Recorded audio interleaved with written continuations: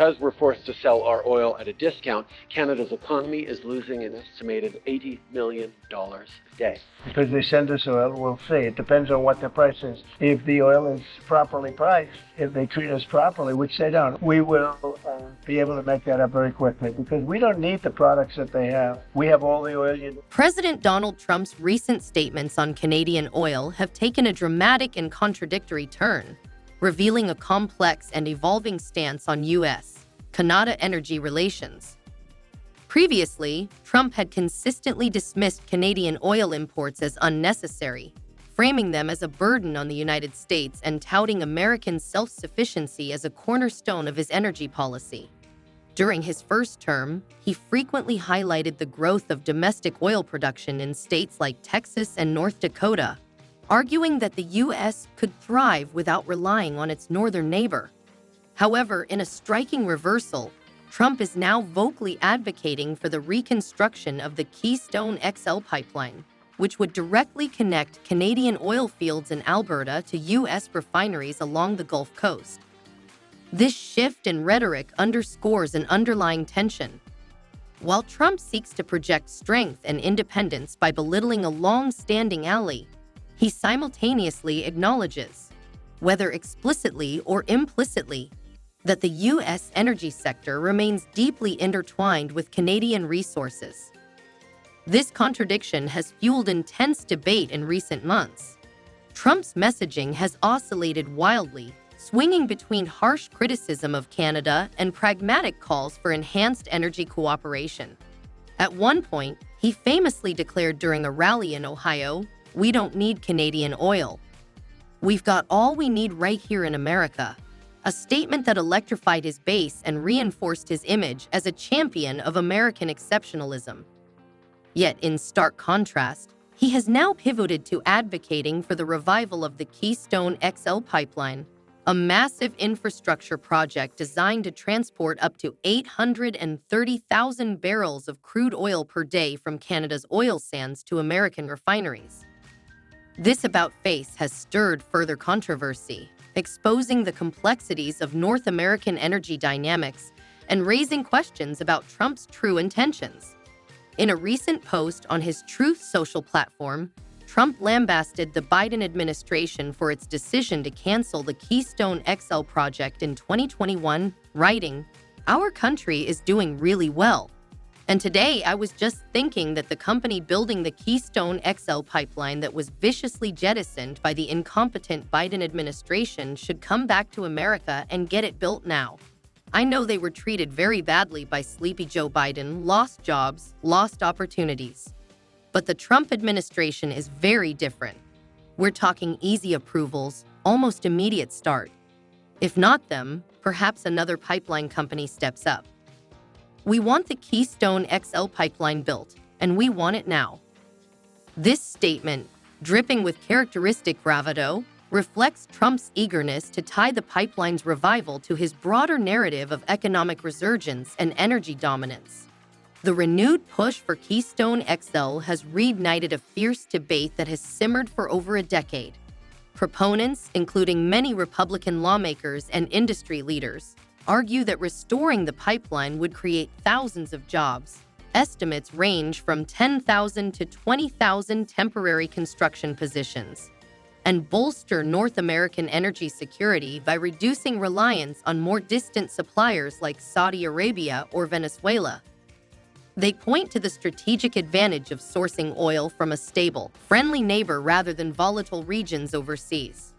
Opponents, however, including environmental activists, indigenous groups, and progressive politicians, counter that the project poses significant risks.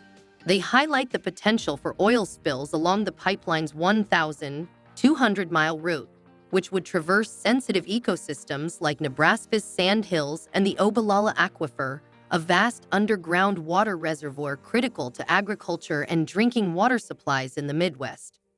Moreover, the extraction of oil from Alberta's oil sands is notoriously carbon-intensive, producing greenhouse gas emissions up to 81% higher than conventional crude, a fact that alarms climate scientists and activists pushing for a transition to renewable energy. Adding to the complexity, significant regulatory and logistical hurdles remain. The original developer, TC Energy, formerly TransCanada, officially terminated the Keystone XL project in June 2021 after President Joe Biden revoked its permit on his first day in office. Since then, TC Energy has dismantled much of the pipeline's existing infrastructure, selling off steel pipes, abandoning construction sites, and redirecting its corporate focus toward other ventures, including renewable energy projects. Reviving Keystone XL would require not only new permits and environmental reviews, but also a massive reinvestment of capital and resources, potentially costing billions of dollars. Industry analysts question whether TC Energy or another company would be willing to take on such a gamble, given the shifting global energy landscape and growing pressure to decarbonize. Meanwhile, another layer of tension emerged on February 24, 2025, during a high-profile meeting between Trump and French President Emmanuel Macron at the White House. Amid discussions on global trade and security, Trump confirmed that the United States would proceed with imposing a 25% tariff on imports from Canada and Mexico, effective March 3, 2025. Standing beside Macron, he declared, "The tariffs are going forward on time, on schedule. No delays, no excuses." This decision, which Trump has framed as a centerpiece of his America First economic agenda, targets a wide range of goods but notably spares energy products, which will face a reduced 10% rate, a tacit acknowledgement of Canada's critical role in U.S. oil and gas supplies. Trump elaborated, "Whatever they charge us, we charge them. Canada's been taking advantage of us for too long, but now they're going to start paying up."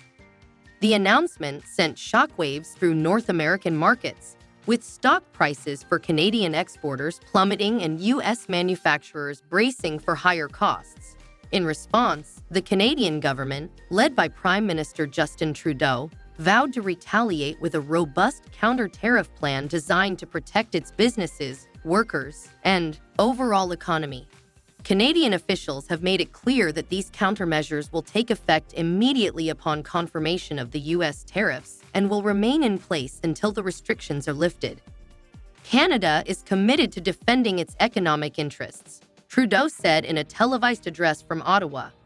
"We've been a reliable partner to the United States for decades, but we will not stand idly by while our sovereignty and prosperity are threatened. We're seeking a constructive resolution, but we're prepared to act decisively." The Canadian strategy hinges on reciprocal 25% tariffs targeting $155 billion Canadian dollars worth of U.S. goods entering Canada, a move that could disrupt cross-border trade valued at over $2 billion daily. Canada's counter-tariff plan will unfold in two carefully calibrated phases. The first, set to begin shortly after the U.S. tariffs take effect, will target approximately $30 billion Canadian dollars worth of American imports across multiple sectors. In agriculture, U.S. exports like beef, pork, and dairy products, staples of American farming, will face steep duties, as will fresh produce such as apples, oranges, and strawberries. Processed foods, a major U.S. export category, will also be hit, with tariffs applied to snack items like potato chips and candy, breakfast cereals like Corn Flakes, and soft drinks from brands like Coca-Cola and Pepsi. Canadian consumers will feel the pinch in other areas too, as tariffs extend to alcoholic beverages like Kentucky bourbon, Tennessee whiskey, California wines, and craft beers from across the U.S. The consumer goods sector will see duties on household appliances, washing machines, refrigerators, microwaves, and dishwashers. Personal care products, shampoos, soaps and cosmetics, and apparel, jeans, sneakers, and winter coats. Industrial materials, including steel beams, aluminum sheets, plastic polymers, rubber tires, lumber planks, and paper rolls, will round out this initial wave, affecting construction and manufacturing industries on both sides of the border. The second phase, scheduled for March 25, 2025, after a public consultation period, will escalate the response by targeting an additional $125 billion Canadian dollars in U.S. imports. This phase will strike at the heart of the American automotive industry, imposing tariffs on passenger cars, light trucks, and auto parts like batteries, tires, and electrical wiring harnesses, products heavily traded between Detroit and Ontario. The aerospace and defense sectors, vital to U.S. industrial might, will also face restrictions, with tariffs on aircraft components, radar systems, and maintenance services. Additional agricultural goods, corn, soybeans, wheat, rice, and processed meats like bacon and sausages, will join the list, alongside an expanded range of consumer and industrial products. Perhaps most provocatively, Canada is considering export restrictions on critical minerals such as lithium, nickel, and cobalt, which are essential for manufacturing electric vehicle batteries and other high-tech goods. The U.S. relies heavily on Canadian supplies of these minerals, and any disruption could ripple through industries already grappling with supply chain woes.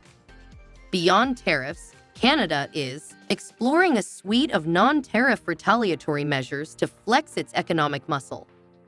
One bold strategy involves barring U.S. companies from bidding on Canadian federal and provincial government procurement contracts, a move that could lock American firms out of lucrative projects like highway construction, military equipment tenders, and public transit upgrades. This tactic aims to redirect billions in public spending to Canadian businesses while sending a clear message to Washington. Additionally, export controls on key resources are under review, including the possibility of limiting oil and natural gas shipments to U.S. refineries. Such a step would strike at the heart of Trump's energy rhetoric, given that Canada supplies over 4 million barrels of crude oil daily to the U.S., more than 60% of America's total oil imports. Provincial governments are also stepping up, with Ontario's Liquor Control Board announcing plans to pull U.S.-made alcoholic beverages from its shelves, replacing Jack Daniel's and Budweiser with Canadian whiskey and beer. These measures reflect a broader strategy to assert leverage while shielding Canadian consumers and businesses from excessive harm.